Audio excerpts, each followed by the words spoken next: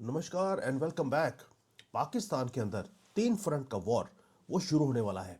एक ऐसा nuclear state जो कि इस्लामिक कंट्रीज में पहला और आखिरी न्यूक्लियर कंट्री है, वो अंदर से टूट रहा है राइट नाउ टुडे। तीन फ्रंट का वॉर इसके ऊपर आने की पूरी पूरी उम्मीद है। स्लोली नहीं होगा, क्वाइटली नहीं होगा, रियल टाइम में आपको दिखेगा कि तीन साइमल्टेनियस फ्रंट्स के ऊपर वॉर किया जाएगा पाकिस्तान के अंदर। पाकिस्तान के जो डिफेंस मंत्री हैं, उन्होंने बोला भी अभी कि इजराइल, अफगानिस्तान और भारत तीनों मिलकर पाकिस्तान के टुकड़े वो करना चाहते हैं। ये पाकिस्तान का डिफेंस मिनिस्टर ये बोल रहा है। अब ये जो न्यूक्लियर कंट्री है पाकिस्तान का, उसका ब्लफ हमने ऑलरेडी खत्म कर दिया था। और ये एक फ्रंट वॉर नहीं जीत सकते, ये तो सरेंडर करने वाली कौम है। ये तीन फ्रंट का वॉर कहां से जीत लेंगे? इसलिए हो क्या रहा है, पाकिस्तान की किस्मत भी बुरी है। पाकिस्तान की तरफ कोई देख ही नहीं रहा। मैं कि उनका नाम पी से शुरू होता है, लोगों को लगता है यार पनौती है, इनकी तरफ देखने की जरूरत है, क्योंकि कैमरास किसी और तरफ देख रहे हैं। कैमरास है सारे ईरान के ऊपर कि वहां पे हो क्या रहा है, कैमरास है इसराइल के ऊपर, कैमरा है जो स्ट्रेट ऑफ हॉर्मुज है वहां पर कैमरे लगे हुए हैं। लेकिन जो ईस्टर्न साइड पे पाकिस्तान है, लाइन ऑफ कंट्रोल है, इसकी तरफ किसी की नजर ही नहीं है। और यहां पे धुआं उड़ता हुआ आपको दिखाई देता है काबुल की तरफ से।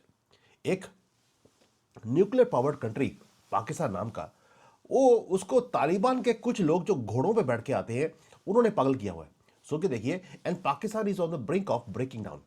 ये पाकिस्तान का जो थ्री फ्रंट वॉर है, अब देखिए कैसे होगा। पहला फ्रंट, अफगानिस्तान ने ऑलरेडी इसको युद्ध को शुरू कर दिया। आपको मालूम है कि जो तालिबान है, तालिबान एक ऐसा मॉन्स्टर था जिसको फंडिंग किया पाकिस्तान ने। और ये बोलते थे हमारी तो स्ट्रेटेजिक डेप्थ है जो हमने तालिबान को क्रिएट किया है। फंड किया, खाना खिलाया उनको, और फिर उसे वेपन की तरह यूज किया भारत के खिलाफ। अब पाकिस्तान के अंदर भी तालिबान है, टीटीपी। जब वो अमेरिका से अलग हुए, अफगानिस्तान से अमेरिका भाग गया इन 2021, इन सबको एक एक शरण मिली अफगानिस्तान के अंदर। पता नहीं किसने उनको फंडिंग किया, टीटीपी ने, लेकिन टीटीपी ने एकदम से अपने जो रुख है वो पाकिस्तान के खिलाफ शुरू कर दिए, क्योंकि पाकिस्तान ने डबल प्ले किया था अफगानियों के साथ। और ये पठान के लोग हैं, ये इतनी जल्दी भूलते नहीं है। Now they are coming back, और बैट को भी वहां मार रहे हैं आसिफ मुनीर के, कि वहां पे वैसे कुछ कटा हुआ है और लीक होता रहता है सारा टाइम। बॉम्ब कर रहे हैं इनके कंट्री के अंदर लगातार टीटीपी वाले। और मिलिट्री के जो लोग हैं वो हर रोज मारे जा रहे हैं, किलो में हर रोज अटैक्स हो रहे हैं पाकिस्तान के अंदर। और आपको मालूम है कि इवन 2026 जब से आया है तब से अच्छे दिन पाकिस्तान के चल रहे हैं, हर रोज इनके कॉकरोच मारे जा रहे हैं।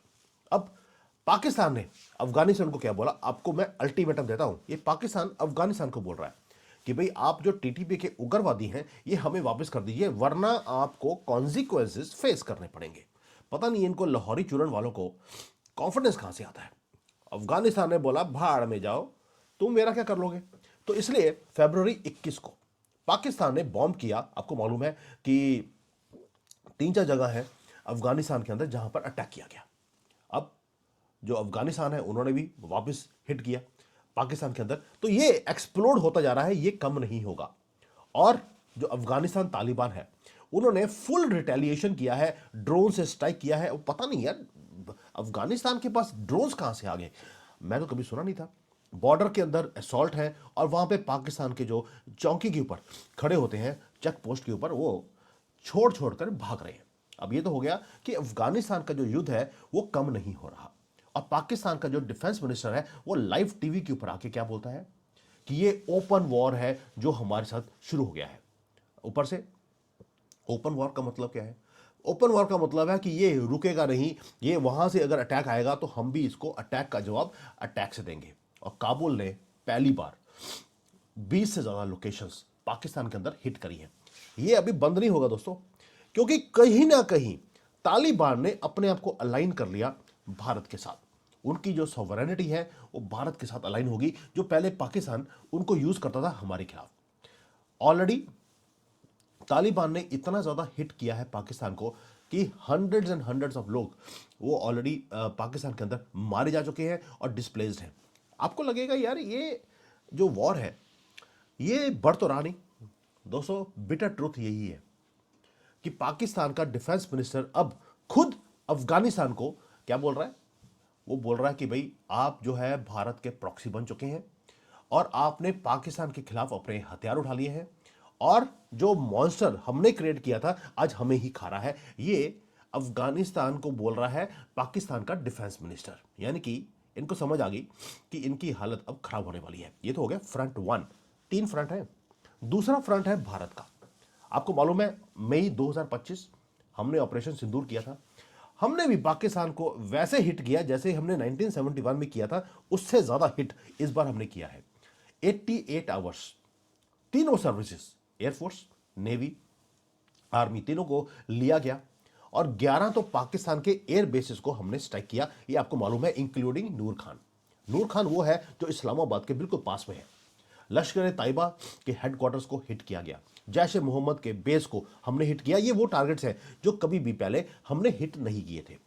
पाकिस्तान के पास एक ही शील्ड था, वो था न्यूक्लियर ब्लफ, कि जी हम तो न्यूक्लियर बॉम्ब फेंक देंगे। हमने बोला यार निकाल कर तो दिखाओ। हमने जो न्यूक्लियर बेस है इनका उसी पे हिट करके उसका दरवाजे तोड़ दिया, निकाल के दिखाओ। तो इसलिए इनका जो ब्लफ था उसे भी हमने प्रूव कर दिया कि ये अल्लाह की झूठी कसम खाने वाली कौम है। 1400 सालों से इन्होंने यही काम किया है। नाउ इंडिया ने प्रूव कर दिया कि पहली बात यह है, न्यूक्लियर बॉम्ब है, न्यूक्लियर बॉम्ब है। न्यूक्लियर बॉम्ब वाली कंट्री के साथ हम कन्वेंशनल वॉर हम लड़ सकते हैं। भाई आपके पास न्यूक्लियर बॉम्ब है तो हमारे पास भी है। इसलिए जो थ्रेश होल्ड है न्यूक्लियर का उससे नीचे हम हिट करेंगे। आपके दरवाजे तोड़ दिए, निकाल के दिखाओ। तो यानी कि हमने इनके एयर बेसिस को स्ट्राइक किया, इनके न्यूक्लियर बेसिस को स्ट्राइक किया और उसके बाद डेस्परेशन इतना था कि ये वाइट झंडा लेके पाकिस्तान वाले हमारे सामने झुकते हुए दिखाई दिए। मैंने शुरू में बोला था कि तीनों हमने फोर्सेस को यूज किया। आप बोलेंगे यार इंडियन नेवी को तो यूज नहीं किया। इंडियन नेवी को हमने यूज नहीं किया, लेकिन उसे ब्लॉकेज करने के लिए हमने अरेबियन सी में खड़ा कर दिया था ताकि तुर्की से किसी और कंट्री से कोई भी मदद पाकिस्तान के पास नहीं पहुंच सके। और जो एयर डिफेंस हमारा सिस्टम था उसने 99.9% पाकिस्तान की तरफ से कोई भी ड्रोन, कोई भी मिसाइल आई, हमने उसको ध्वस्त कर दिया। 99.9%। इतना तो इजराइल भी कर नहीं पाता। यानी कि 88 आवर्स हमने पाकिस्तान की जितना भी डॉक्ट्राइन था उसे खत्म कर दिया। और ये डॉक्ट्राइन बनाया हुआ पाकिस्तान ने 40 साल से, हमारे पास न्यूक्लियर बॉम्ब है, हम हिंदुओं को सबक सिखाएंगे। ओ भैया, एक हिंदू प्रधानमंत्री बना है। अब तक तो मोहम्मद नेहरू और उसकी फैमिली थी, अब आया है हिंदू, और इसलिए पाकिस्तान डरता है हिंदू हमें खा जाएगा। इनका डर सही है। अब आते हैं कि आप बोलेंगे कि यार ऑपरेशन सिंदूर का अभी से मतलब क्या है। पहली बात ये, 10 महीने के बाद जब ऑपरेशन सिंदूर हुआ, पाकिस्तान का आर्मी चीफ जो अपने आप को आजकल फील्ड मार्शल बोलता है, वो जो न्यूक्लियर कमांड सेंटर था उसके पास गया वो 10 महीने के बाद, क्योंकि उसकी रिपेयर चल रही थी, इसके पिछवाड़े की भी और न्यूक्लियर बेस की भी। और उसके बाद उसने एक मैसेजिंग देना था भारत को कि हम तैयार हैं, अब हम दोबारा से तुम्हारे साथ युद्ध करने के लिए हम रेडी हैं। डिफेंस के बजट को भी 20% पाकिस्तान ने इंक्रीज कर दिया। 20%? इन भिखारियों के पास तो पैसे नहीं है खाना खाने के, तो ये 20% इंक्रीज कैसे कर सकते हैं? यानी कि आईएमएफ से भीख मांग रहे हैं, लेकिन उसके बीच में ये अपनी आर्मी का जो बजट है उसको इंक्रीज कर रहे हैं। यही सबसे ज्यादा डेंजरस पार्ट है। डेंजरस पार्ट क्या है? हमने इनकी वाट लगाई, ये सारी दुनिया ने देखा, हमने प्रूफ दिखाए, लेकिन पाकिस्तान एक भी प्रूफ नहीं दिखा पाया एक्सेप्ट वीडियो गेम्स के कुछ क्लिप्स दिखा दिए कि देखिए हमने भारत का कितना नुकसान किया है, हमने इनके जेट्स को ध्वस्त किया, इनके एयर बेसिस को ध्वस्त किया, हमने वीडियोस दिखाई हैं। लेकिन पाकिस्तान अपने लोगों को एक ही चीज बोलता है कि हम युद्ध जीत गए। याद है ना आपको, 6-0 क्रिकेट मैदान में कर रहे थे, उसका मतलब मैं आपको ऑलरेडी समझा चुका हूं कि 6-0 का मतलब क्या था। 60 बार ये अमेरिका को गुहार लगा रहे थे कि मोदी जी को बोलो युद्ध रोक देंगे, वो 6-0 वो था। अब दो कंट्रीज, भारत बोलता है कि हम जीत गए, पाकिस्तान बोलता है हम भी जीते, यानी कि दोनों कन्विंस्ड हैं कि हम जीते हैं। अब ये जो परसेप्शन है कि हम जीते हैं, ये डेंजरस फॉल्ट लाइन की तरफ ये जाता जा रहा है। ऊपर से पाकिस्तान कॉर्नर्ड है, उन्होंने इसलिए कॉर्नर होते हुए अपना जो बजट है डिफेंस का उसको 20% इंक्रीज कर दिया, जबकि खाने के लाले हैं। अब ये तो हो गया दूसरा फ्रंट जो अभी बंद नहीं हुआ, ऑपरेशन सिंदूर चल रहा है। अब आता है तीसरा फ्रंट, वो है ईरान का।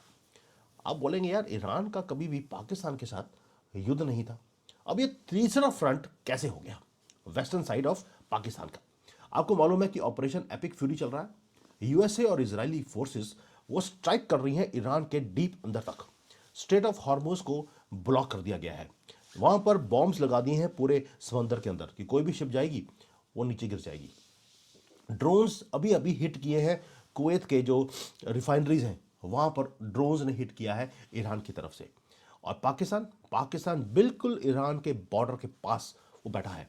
आपको मालूम होगा कि बलोचिस्तान बलोचिस्तान के जो लोग हैं वो पाकिस्तान से कितने दुखी हैं। एंड ये एक ऐसा एरिया है जो 1947 से आज़ादी की भीख मांग रहा है। बलोचिस्तान का 900 किलोमीटर का बॉर्डर लगता है ईरान के साथ, और बलोचिस्तान वाले लोग इधर भी हैं और उधर भी हैं, और ये फ्रीडम मांग रहे हैं। सेम बलोचिस्तान जिन्होंने सिस्टमेटिकली अटैक किया है पूरे पाकिस्तान की आर्मी के ऊपर। और ये ऐसा प्रोविंस है जिसके अंदर से सीपैक भी निकलता है, और ये कहते हैं कि हम सीपैक को पूरा होने नहीं देंगे और ये चाइना की जितनी इन्वेस्टमेंट्स हैं उसे जीरो कर देंगे। यानी कि सीपैक के ऊपर आग लगी है, बॉर्डर के ऊपर भी आग लगी है, और जो ईरान से एक पाइपलाइन आनी थी पाकिस्तान को के अंदर, गैस पाइपलाइन, वो भी डेड हो चुकी है। यानी कि वो भी अब नहीं आएगी, क्योंकि जब इन्वेस्टर्स देखते हैं कि यार यहाँ पे पाइपलाइन लगाएंगे, ये तो युद्ध का एक मैदान है, वो पाइपलाइन कभी भी पूरी नहीं हो सकती। ये पाकिस्तान के लिए परमानेंट एक डेथ वारंट है। और ईरान ने ऑलरेडी बोल दिया कि हमने पाकिस्तान के बॉर्डर तक हमने पाइपलाइन डाल दी है, आगे पाकिस्तान पूरे नहीं कर रहा, अगर नहीं किया तो हम आपको छोड़ेंगे नहीं। अब ईरान छोड़ेगा नहीं का मतलब मुझे समझाने की जरूरत नहीं है। अब आते हैं बॉटम लाइन। बॉटम लाइन क्या है? 3 फ्रंट्स। एक कंट्री जिसकी इकोनॉमी कोलैप्स हो चुकी है, 24 बार आईएमएफ से ये भीख मांग कर आए हैं, 24 बार। कोई और कंट्री दुनिया में, गरीब से गरीब कंट्री भी 24 बार भीख मांगने नहीं गई, ये जाते हैं। ऊपर से डिफेंस की स्पेंडिंग को ये इंक्रीज करते जा रहे हैं सिर्फ इसलिए कि पाकिस्तान की आर्मी को फीड किया जाए। अभी पता लगा मुझे कि पाकिस्तान की जो आर्मी का फौजी फाउंडेशन है उसे भी बेच दिया है आसिम मुनीर ने सऊदीज के हाथों में और यूएई के हाथों में। वहां पर विद्रोह होना शुरू हो गया है इनकी आर्मी के अंदर। ये परफेक्ट मोमेंट है जहां पर 3 फ्रंट खुल चुके हैं। अंदर से जो बलोच हैं, उधर से खैबर पख्तूनख्वा वाले हैं, टीटीपी वाले हैं, ऊपर से आर्मी के अंदर विद्रोह है। ये परफेक्ट रेसिपी है एक अटैक की पाकिस्तान के ऊपर। एंड ऊपर से एक सोने पे सुहागा, वो भी बता दूं आपको, पाकिस्तान के अंदर 40% लोग वो बोलते हैं कि भाई पाकिस्तान से जिंदा भाग, वो पाकिस्तान में रहना नहीं चाहते।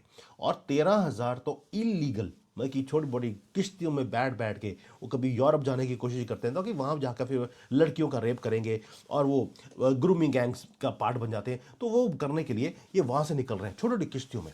और पाकिस्तान का ये रियलिटी है। नाउ जस्ट इमेजिन कि जब पाकिस्तान की आर्मी कॉर्नर्ड है, नाक कट चुकी है, अपने आप को एम्बोल्डन करने के लिए अपने बजट को इंक्रीज कर रही है, उन्हें मालूम है कि 3 फ्रंट का वॉर हमारे पास आने वाला है। और हिस्ट्री में ऐसे मोमेंट्स बहुत कम आते हैं जहां पर एक डेस्परेट पावर वो रन आउट कर जाए रैशनल ऑप्शंस के लिए।